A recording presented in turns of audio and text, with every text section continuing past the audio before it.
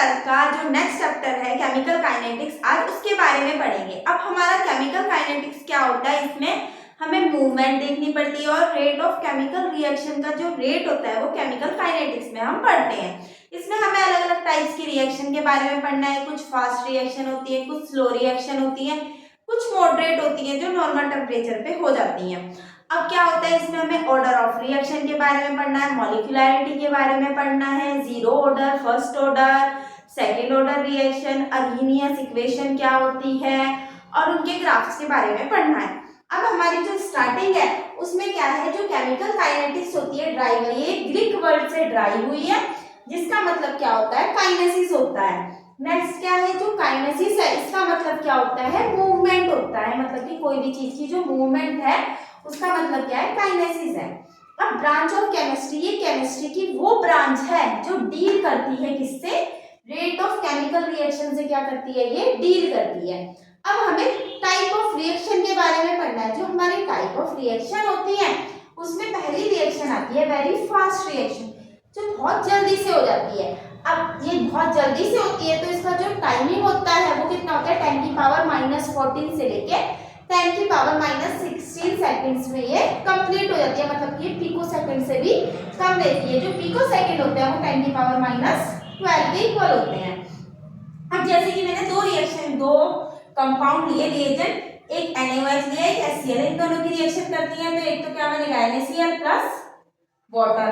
अब AgNO3 और HCl की रिएक्शन करते हैं तो हमें मिलता है AgCl और HNO3 बाय प्रोडक्ट निकल जाता है। इसकी क्या होती है, हमें व्हाइट कलर की पीपीटी देखने को मिलती है। ये क्या होती है, बहुत फास्ट रिएक्शन होती है, एकदम हो जाती है। अब इसके बाद जो हमारी नेक्स्ट रिएक्शन है वो क्या है, वेरी स्लो रिएक्शन। जो स्लो रिएक्शन का मतलब है जिसमें दिन लगेंगे, मंथ लगे या फिर ईयर लगे, उसे क्या बोलते हैं हम, वेरी स्लो रिएक्शन बोलते हैं। अब इसके अंदर क्या होता है, रस्टिंग ऑफ आयरन, आयरन की जो रस्टिंग होती है मतलब कि आयरन के ऊपर जो जंग लगता है वो इसके अंदर आता है। जो आयरन के ऊपर जंग लगता है, जो रस्टिंग ऑफ आयरन है, उसका फॉर्मूला होता है Fe2O3.Xx2 होता है। नेक्स्ट क्या है हमारा, जो ग्रीन कलर की लेयर कॉपर के ऊपर आ जाती है वो भी किसका रिएक्शन एग्जांपल है, वेरी स्लो रिएक्शन का एग्जांपल है, जिसमें copper carbonate dot copper hydroxide इसका फॉर्मूला होता है। नेक्स्ट क्या है, ब्लैक लेयर ऑफ सिल्वर के ऊपर क्या होती है, काले कलर की जो लेयर आ जाती है वो क्या होती है, Ag2S के कारण आती है, सिल्वर सिल्वर सल्फेट के कारण। अब इसके बाद हम मॉडरेट रिएक्शन के बारे में पढ़ेंगे। अब जो हमारी मॉडरेट रिएक्शन होती है,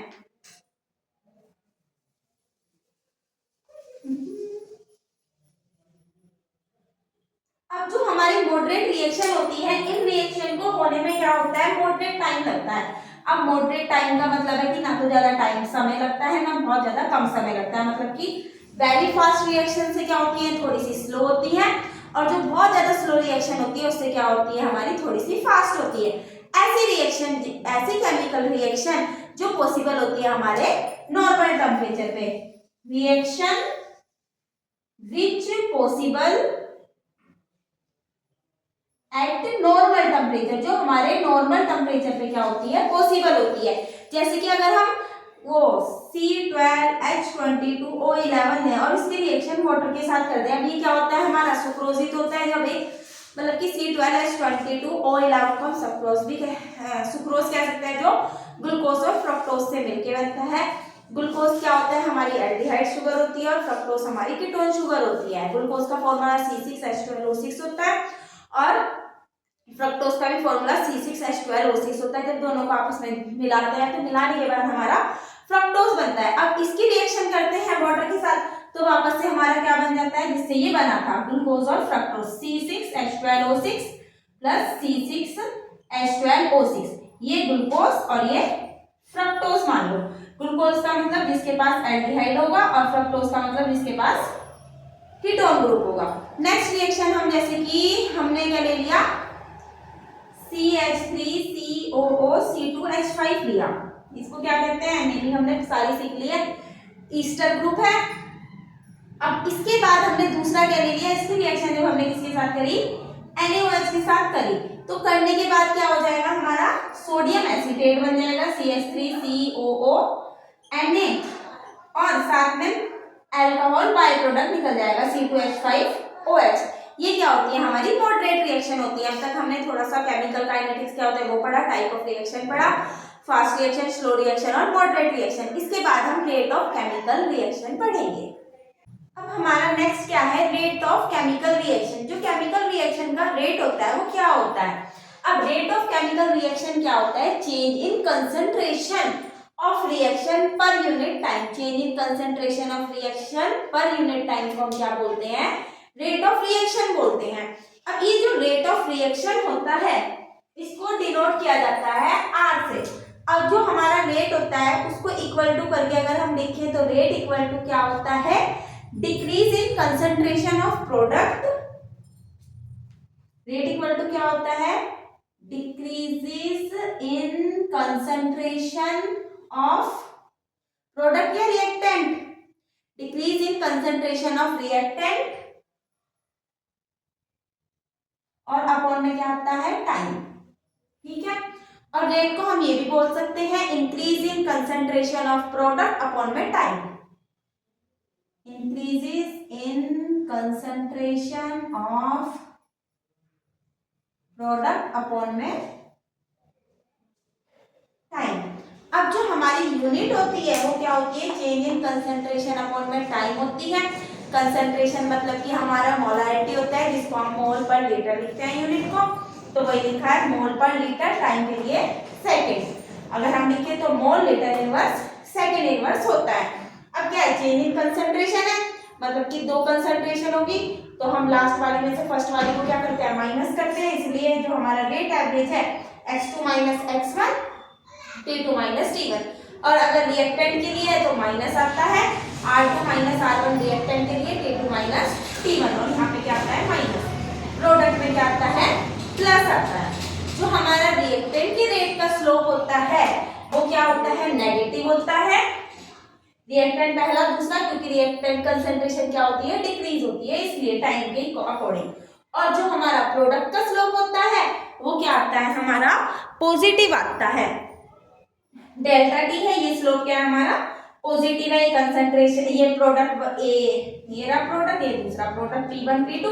तो अगर हम इसका रेट लिखेंगे तो एवरेज रेट इसका कैसे लिखा जाएगा, P2 माइनस P1 अपॉन में T2 माइनस T1। अब क्या होता है, इसके बाद इसको हम डेल्टा P अपॉन में डेल्टा T भी लिख सकते हैं क्योंकि चेंज ही हो रहा है।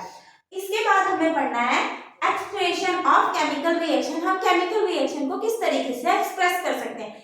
जो हमारे रिएक्टेंट होते हैं उनको हम क्या करते हैं, माइनस लगाते हैं, प्रोडक्ट में क्या लगाते हैं, प्लस। ये लिखा है अकॉर्डिंग टू रेट लॉ के अकॉर्डिंग जो कंसंट्रेशन होती है हमारे रिएक्टेंट की ऑलवेज एक्सप्रेस इन, उसको माइनस के dx अपॉन में dt से एक्सप्रेस करते हैं। बिकॉज क्योंकि concentration of reactant always decreases, वो हमेशा क्या होती है, डिक्रीज होती है, इसीलिए। नेक्स्ट क्या है, कंसंट्रेशन ऑफ प्रोडक्ट की जो हमारी कंसंट्रेशन होती है express in term of plus के dx अपॉन में dt से हम उसे एक्सप्रेस करते हैं।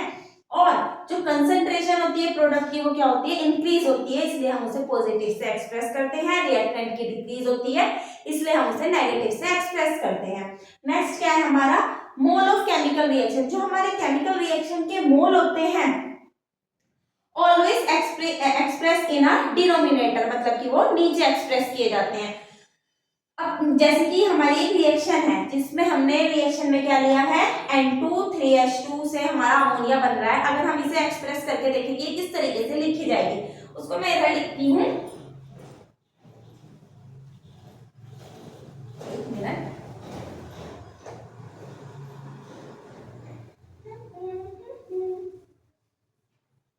अब जैसे कि हमारी जो रिएक्शन हो गया है N2 प्लस 3H2 और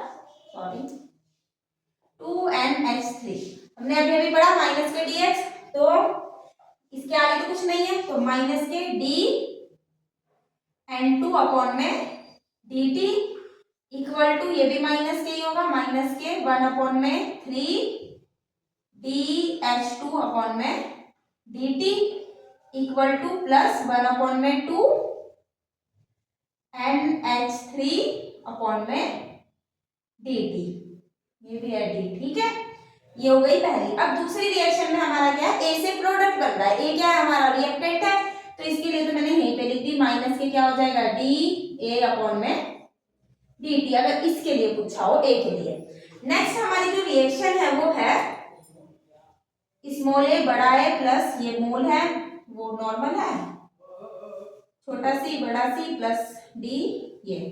अब अगर हम इसके लिए लिखें तो क्या हो जाएगी मेरी माइनस के डी ए अपॉन में डी टी, और नेक्स्ट वाली क्या होगी माइनस के क्या आएगा, पहले ए है तो ए कहाँ चला जाएगा हमारा अपॉन में, 1 अपॉन में ए डी ए अपॉन में D T equal to minus के 1 अपॉन में बी डी डी अपॉन में डी टी, फिर इक्वल प्लस के 1 अपॉन में छोटा वाला सी और D capital C D T equal to plus के 1 अपॉन में डी बड़ा वाला डी अपॉन में डी टी।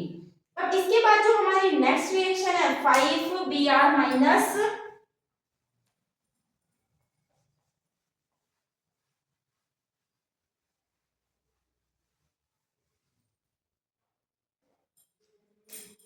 ये है 5 बी आर माइनस प्लस के B R O three minus plus 6 H plus arrow 3 B R two plus 3 H two ओ।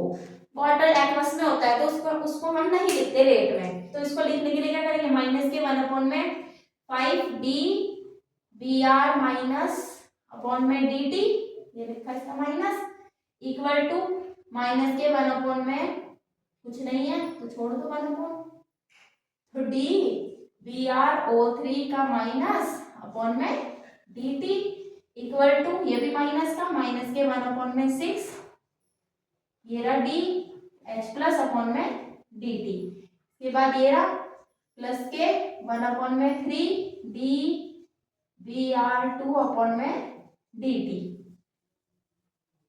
फिर equal to plus के ये तो लिखना ही नहीं है क्योंकि ये क्या है वाटर है एक्वस में, तो बस ये रिएक्शन क्या होगी हमारी इतनी, इस तरीके से इसको रेट लो में हम एक्सप्रेस करते हैं। ठीक है, इसके बाद हम अपने नेक्स्ट क्वेश्चन करेंगे। क्वेश्चन है N2 प्लस 3H2 से 2NH3 बन रहा है, rate of appearance of NH3 दे रखा है हमें 40 इंटू 10 की power -3 mole litre inverse second inverse, और हमें क्या करना है rate of disappearance of hydrogen लिखना है, मतलब बताना है। अब अगर मैं इन दोनों के बीच में है रिएक्शन तो माइनस के 1 अपॉन में 3 H2 अपॉन में dt इक्वल टू प्लस के 1 अपॉन में 2 DNH3 अपॉन में dt।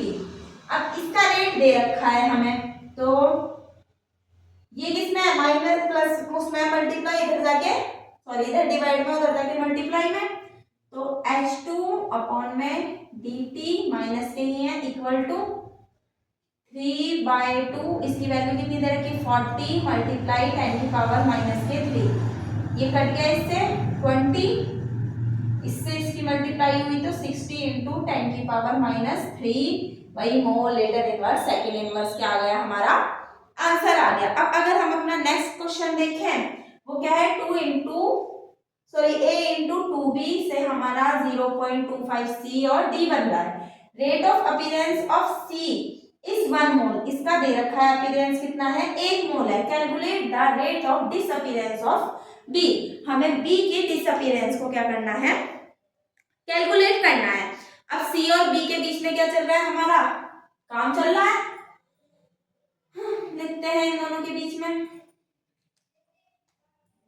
माइनस के 1 अपॉन में 2 DB अपॉन में dt इक्वल टू प्लस के 1 अपॉन में 0.25, C कितना दे रखा 1 मोल, चलो अभी ऐसे लिख देती हूँ आपको पता चल जाएगा ये है।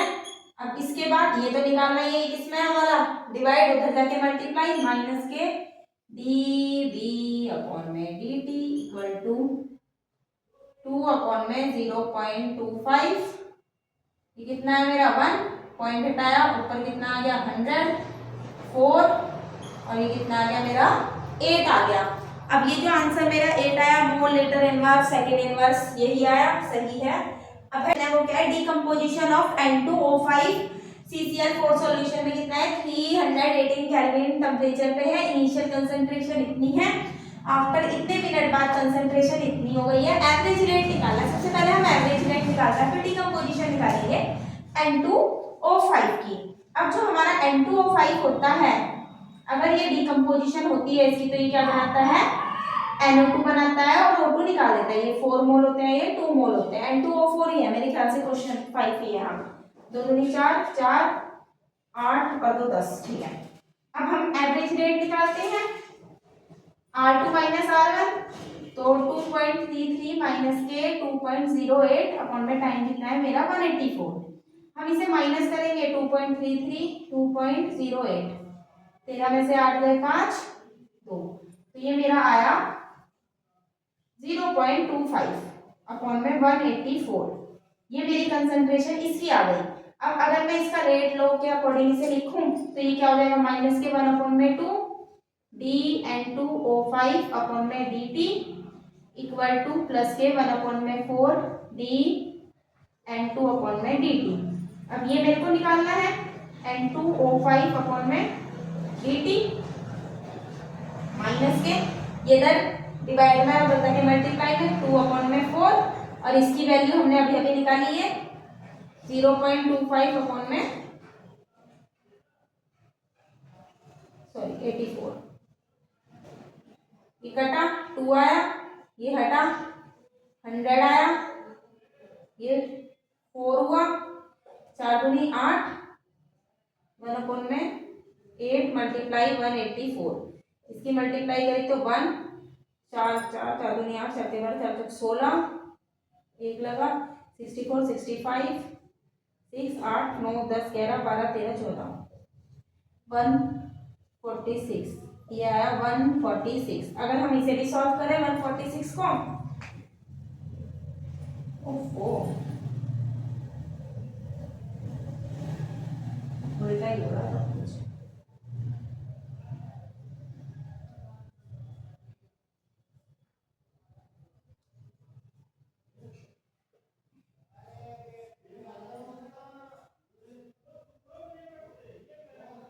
अगर हम इसे सॉल्व करेंगे तो 14 एकम 14 14 में 14 14 14 हो जाइए